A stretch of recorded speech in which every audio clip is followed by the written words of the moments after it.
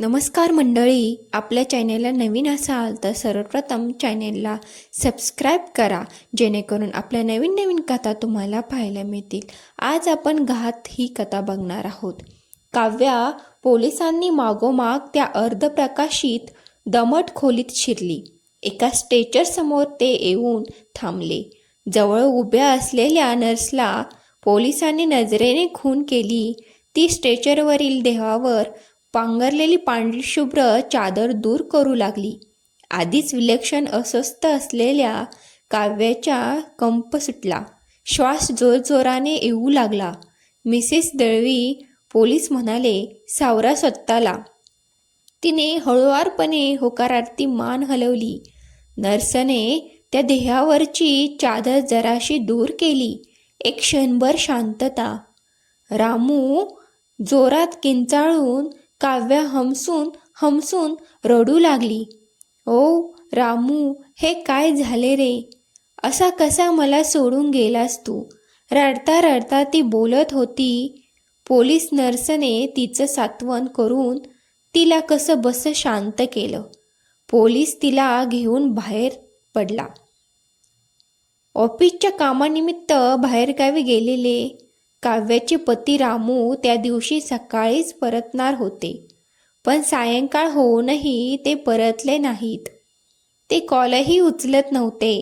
त्यांच्या ऑफिसमध्ये फोन केला तर ते निघाले असतील एवढंच उत्तर मिळालं. तेव्हा शेवटी ती पोलिसांकडे गेली आणि आज तिला पोलिसांकडून बोलावणं आलं होतं. रामूच्या मृतदेहाची ओळख पटवण्यासाठी.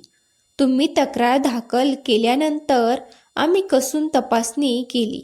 तुमच्या घराकडे येणारे 2 रस्ते, एक हमर रस्ता आणि दुसरा जरा एकांतातला महाराणावरून येणारा, जो शॉर्टकट आहे.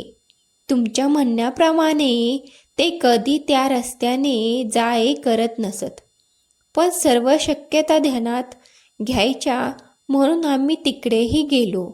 तेव्हा त्या मोकळ्या ओसाड माळरानावर तुमची कार आढळली, उलटलेली. मिस्टर दळवींचा देह आम्ही बाहेर काढला. अर्थात देहावर खूप साऱ्या जखमा होत्या आणि ते मृत झालेले होते. तो अपघात होऊन बराच वेळ उलटून गेल्याच उघडच दिसत होतं. पोलीस काव्याला सांगत होते. ती सोंब उभी होती. क्षणभर थांबून पोलीस म्हणाले, एकूण ज्या पद्धतीने हे घडलं आहे त्यावरून मला असं वाटतं की काव्याने एकदम त्यांच्याकडे नजर वळवली. पण पोलीस मध्येच थांबले. नाही, तुमची अवस्था पाहता आपण आता याबद्दल बोलायला नको. संध्याकाळी मीच तुमच्या घरी येतो. मला काही प्रश्नही विचारायचे आहेत. ओके, सांभाळून जा. कसंनुसं हसत होकारार्थी मान डोलावून ती निघाली. तिच्या पाठमोऱ्या आकृतीकडे पोलीस काही क्षण पाहतच राहिला. दरवेळी दळवी जो मार्ग टाळत त्याच सुनसान रस्त्यावर त्यांच्या गाडीला अशा प्रकारे झालेला अपघात. यातून हा अपघात नसून योजनापूर्वक केलेला घात असावा हे समजायला पोलिसांना वेळ लागला होता. मात्र अशा अवस्थेत ते काव्याला हे सांगू शकत नव्हते आणि तिच्याकडे काही चौकशीही करू शकत नव्हते. म्हणून त्यांनी ते काम जरासं पुढे ढकललं होतं. अर्थात खुनाशीच केस असली तर फार उशीर करून चालणार नव्हतं. एकच प्रश्न त्यांच्या मनात घोळत होता. दळवींच्या जीवावर कोण टपलं असावं? काव्या कोचावर मान झुकवून बसली होती. तिच्या चेहऱ्यावर तणाव स्पष्ट दिसत होता. एकदम पावलांचा आवाज ऐकू लागला. पावलं जवळ आली आणि एकदम तिच्या खांद्यावर कुणीतरी हात ठेवला. ती जराशी दचकलीच. अगं, घाबरतेस काय? मी आहे. रामूचा भाऊ रमेश तिच्यापाशी उभा होता. ती उठून उभी राहिली. काय ग, इतकी टेन्स का दिसत आहेस? रमेशने विचारलं. त्यावर जरासा खोल आवाजात काव्या म्हणाली, कारण खुनासारखा गंभीर गुन्हा पचवण्याएवढी मी निर्ढालवालेली नाही रमेश. ओ कम ऑन काव्या, कितीदा समजावू, तू स्वतः काहीच केलं नाहीस. हे सारं मी घडवून आणले. तू फक्त मला साथ दिलीस आणि आपल्या एकत्र येण्यासाठी हे गरजेचं होतं ना? रमेशने विचारलं. त्यावर हलकंसं स्मित करत काव्याने होकारार्थी मान हलवली. That is like a good girl. तिच्या हनुवटीला स्पर्श करून तो म्हणाला आणि तिचे चुंबन घेण्याचा प्रयत्न करू लागला. पण तिनं त्याला रोखलं. आता काय, काही नाही, फ्रेश होऊन येते, ती हसून म्हणाली आणि आतल्या दिशेने गेली. रमेश हसला. हे काय सांगताय डॉक? पण असं कसं? माने कॉलवर बोलताना म्हणाले. पलीकडून काहीतरी उत्तर आलं. Oh doctor, how responsible you are. चिडून इन्स्पेक्टर माने म्हणाले. हो, त्यांना तर कळवावंच लागेल. पोलिसांनी ठेवला. बेडरूममध्ये काव्या रमेशच्या भाऊपाशात होती. त्यांचे राकट होत हात तिच्या गोऱ्यापान कोमल सर्वांगावर फिरत होते. खिडकीतून दिसणाऱ्या पौर्णिमेच्या चंद्राकडे पाहत तिने विचारलं, रमेश, तू चक्क एक मर्डर घडवून आणलास, तोही तुझ्या सख्या भावाचा. का? फक्त तुला मिळवण्यासाठी? आणि आता तू माझी आहेस. तिच्या गालावरून हात फिरवत रमेश म्हणाला. तिने हळूच होकारार्थी मान हलवली. मला जरा काळजी वाटते रे. तो इन्स्पेक्टर मला काहीतरी विचारणार होता, पण मग मध्येच थांबला. त्याला संशय तर नसेल आला की हा अपघात नसून ठरवून केलेला मर्डर आहे? नाही ग. आणि तसा संशय आलाच तरी आपल्यापर्यंत तो नाही पोहोचू शकणार. मी सगळी काळजी घेतली आहे आणि थोड्याच दिवसांनी आपण इथून दूर निघून जाऊ. तुझ्या याच हुशारीने तर मला प्रेमात पाडलं. त्यांच्या ओठाचं चुंबन घेत मादक स्वरात ती म्हणाली. अजूनच उत्तेजित होऊन तो तिच्यावर चुंबनाचा वर्षाव करू लागला. तोच काव्याच्या मोबाईलची रिंग वाजली. अरे सोड ना, फोन वाजतोय, लाडिकपणे म्हणत काव्याने स्वतःला सोडवून घेतलं आणि कॉल रिसीव्ह केला. हॅलो पोलीस, तुम्ही यावेळी का? ती जरा त्रासिकपणे म्हणाली. पण मग पोलिसांनी शब्द ऐकून ती चकित झाली. काय? पण हे कसं शक्य आहे? ती म्हणाली. अच्छा, ठीक आहे. एवढं बोलून तिने फोन कट केला. काय ग, काय झालं? रमेशने विचारलं. अरे, रामूची बॉडी मॉर्च्युरी मधून गायब झाली आहे. काव्याच्या आवाजात आश्चर्य आणि काहीशी भीती होती. काय? पण एक डेड बॉडी कोण गायब करेल? रमेशने आश्चर्याने विचारलं. तेच तर, आपल्याला जावं लागेल लवकर, ती म्हणाली. हो, तू पॅनिक नको होऊस.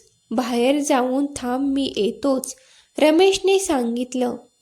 फोनवरून बातमी समजताच इन्स्पेक्टर हॉस्पिटलमध्येच पोचले. रात्रीची वेळ असल्याने तिथे केवळ वॉचमन आणि शवागारात रात्रीच्या शिफ्टला असलेली नर्सच आधीपासून होती. तिने डॉक्टरांना कळवल्यावर ते आले होते. नर्स व वॉचमन खूप घाबरले होते. मृत झालेल्या रामूला पाहिल्याच दोघेही अगदी शपथेवर सांगत होते. नर्सने सांगितल्याप्रमाणे ती थोडा वेळ बाहेर जाऊन जेव्हा परतली तेव्हा रामूचा फ्रीजर बॉक्स उघडा होता आणि रामू आपल्या पायावर उभा होता. तिने अत्यंत भीतीने ओरडण्यासाठी तोंड उघडलंच होतं की रामू रागाने तिच्या अंगावर धावून आला. त्यांच्या हालचालीत किंचित विकृती आलेली दिसत होती. अर्धवट किंचाळून ती बेशुद्ध पडली. तिचा आवाज ऐकून वॉचमन धावला तर त्याला रामू बाहेर पडताना दिसला. ते भयानक ध्यान पाहून वॉचमनची ही दातखिळ बसली. रामूला अडवण्याचा त्याने मुळीच प्रयत्नही केला नाही. नेमका कॉरिडॉर आणि बेसमेंटमधील CCTV बंद होता. त्यामुळे नर्स आणि वॉचमनच्या सांगण्यात किती सत्यता आहे ते पडताळून पाहणं शक्य नव्हतं. या साऱ्या प्रकारामुळे इन्स्पेक्टर टेन्स झालेले असतानाच त्यांना काव्याचा फोन आला. तिचं बोलणं ऐकून तर माने अजूनच गोंधळले. आता खरं खोटं करायला वेळच नव्हता. काव्याच्या जीवाला धोका होता. त्यामुळे माने काही हवालदार सोबत घेऊन तातडीने निघाले. बेडरूमच्या बाहेर पडून पाणी पिण्यासाठी काव्या किचनकडे वळाली. अचानक पाठीमागे कुणाची तरी चाहूल लागली. रमेश असेल असा विचार करून तिने मागे पाहायचं टाळलं. इतक्यात पाठीमागून तिला कुणीतरी मागे ओढलं. तिच्या मानेवर ओठांचा स्पर्श जाणवला. रमेश, आता नको ना, आपल्याला हॉस्पिटलमध्ये जायला लागेल, नाहीतर पोलिसांना संशय येईल. आणि आता मी तुझीच आहे, थोडी कळ काढ. मात्र त्या हाताची पकड ढिली न होता अधिकच घट्ट होऊ लागली. त्याचे ओठ तिच्या मानेवर रुतले गेले. तिचे डोळे धुंदावले होते. गळ्याभोवती पडलेल्या हाताच्या पकडीने किंचित घुसमटल्यासारखं होऊ लागलं. ती पुन्हा हळुवारपणे म्हणाली, रमेश नको ना. मात्र हे म्हणत असतानाच तिला दोन गोष्टी आता नीट जाणवल्या. त्या हाताचा आणि ओठाचा स्पर्श अत्यंत थंडगार होता आणि कसलीशी दुर्गंधी जाणवत होती. म्हणजे तो रमेश नव्हता. कोण आहे? मागे रमेशच्या ओरडण्याचा आवाज आला. मग त्याची जवळ येणारी पावलं ऐकू आली. हळूहळू तिच्या गळ्यावरील त्या हाताची पकड सुटू लागली. रमेश त्याच्याशी झटापट करत असावा. काव्याने ताकद लावून तो हात झटकला आणि दूर होऊन तिनं मागे पाहिलं. तिला मोठा धक्का बसला. आपल्या डोळ्यांवर तिचा विश्वासच बसत नव्हता. तो रामू होता, तिचा मृत झालेला नवरा. त्याची लाल भडक क्रुद्ध नजर तिच्यावर खिळलेली. ती आत्यंतिक भीतीने जागीच उभी राहिली. वेगाने मागे वळून रामूने रमेशच्या तोंडावर ठोसा मारला. तो मागे कोलमडला. ते पाहताच शरीरावरची बंधनं गळून पडल्यासारखी काव्या भानावर आली. पुढे होऊन तिने रामूला थांबवायचा प्रयत्न केला, पण त्यानं जोरात धक्का देऊन तिला मागे लोटलं आणि तो खाली कोसळलेल्या रमेशच्या छातीवर बसून त्याचा गळा दाबू लागला. काव्या स्वतःला सावरून पुन्हा त्यांच्याकडे धावली, पण रामूचे हात दूर सारण्याचा प्रयत्न करत रमेश म्हणाला, काव्या, तू आधी पोलिसांना फोन कर. क्षणभर काव्याचा निर्णय होईना, पण मग नाईलाजाने ती टेलिफोनकडे वळाली. आणि थरथरत्या स्वरात घाईघाईने तिने इन्स्पेक्टरला सारं काही सांगून बोलावून घेतलं. फोन ठेवून काव्या रमेशकडे धावली. त्याच्या अंगावर बसलेल्या रामूला तिने जोरात धक्का देऊन पाडलं. रमेशला तिने सावरून उठवलं आणि दोघे दरवाजाकडे धावले. मागून वेगाने येणारी पावलं त्यांना ऐकूच आली नाहीत आणि फट्ट असा जोरदार आवाज झाला. रमेशची पावलं एकदम थांबली. काव्याने वळून पाहिलं तर दोन्ही हातांनी डोकं पकडून तो खाली कोसळत होता. मागेच रामू हातात मोठी फुलदाणी घेऊन उभा होता. काव्या किंचाळली, मात्र काहीही करण्याचं भान येण्यापूर्वीच रामूने कोसळलेल्या रमेशच्या तोंडावर एकावर एक फटके मारून त्याचं तोंड छिन्न विचित्र करून टाकलं. काव्या अगदी सन्न होऊन तो भयानक अमानुष प्रकार पाहत होती. तिच्या डोळ्यातून अश्रूचा एक टपोरा थेंब गालावर उतरला. रमेश गतप्राण होताच रामूने वर काव्याकडे पाहिलं. त्याची ती थंड कठीण नजर पाहून तिचा थरकाप उडाला. पण त्या नजरेखाली तिच्या हालचाली गोठल्या होत्या. इन्स्पेक्टर मानेनी बंगल्यावर पोहोचून धावतच हॉल गाठला आणि आतमधील दृश्य पाहून क्षणभर तेही स्तब्ध होऊन गेले. हॉलमध्ये रामूचा भाऊ रमेश मरून पडला होता. त्याचा चेहरा जखमांनी विद्रूप झाला होता. त्याच्या शेजारी रामूचा मृतदेह पडला होता. त्यांच्या हातात रक्ताने माखलेला फ्लॉवर प्लांट आणि थोड्या अंतरावर काव्या जमिनीवरच बसली होती. तिने एव्हाना स्वतःला थोडं सावरलं होतं. इन्स्पेक्टर समोर तिने आपल्या गुन्ह्याची कबुली दिली. इन्स्पेक्टर मानेनीही सुस्कारा सोडत मनाशी कबुली दिली. हे जग माणसाच्या अविश्वासावर मुळीच चालत नाही. कधी कुठे काय घडू शकते हे आपल्याला काय सांगता येणार. मंडळी, कथा आवडली असल्यास मराठी कथासंग्रह या चॅनेलला सबस्क्राईब करा, लाईक करा, शेअर करा. कथा कशी वाटली हे कमेंट बॉक्समध्ये नक्की सांगा. धन्यवाद.